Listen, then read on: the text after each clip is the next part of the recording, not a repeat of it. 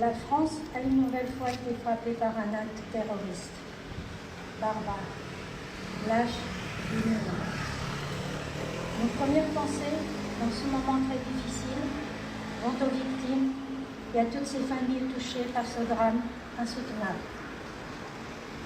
Nous le savons, le terrorisme est une menace qui pèse lourdement sur la France et qui pèsera encore longtemps.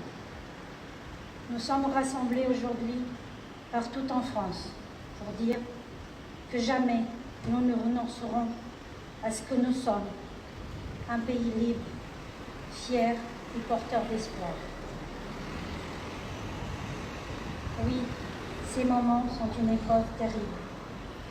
À chaque fois, ce sont les mêmes bougies que nous allumons.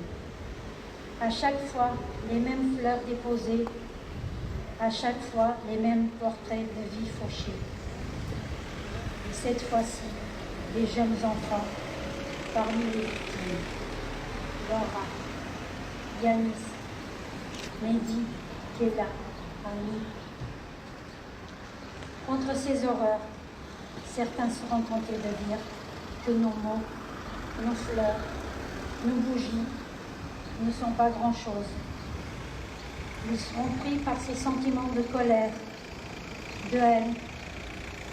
Chers amis, nos mots, nos fleurs, nos bougies sont ce que nous sommes, des êtres de compassion et de fraternité, des êtres sans peur face à la menace, des êtres qui tremblent parfois, mais toujours gardent la tête haute. Ceux qui nous sommes ont frappé nous, ceux qui nous ont frappé nous détestent, parce que nous, la vie est importante, parce qu'elle est un bien précieux, et que toujours, le sang qui coulera dans nos veines est celui de la liberté, de l'égalité et de la fraternité, jamais celui de la haine ou de la division.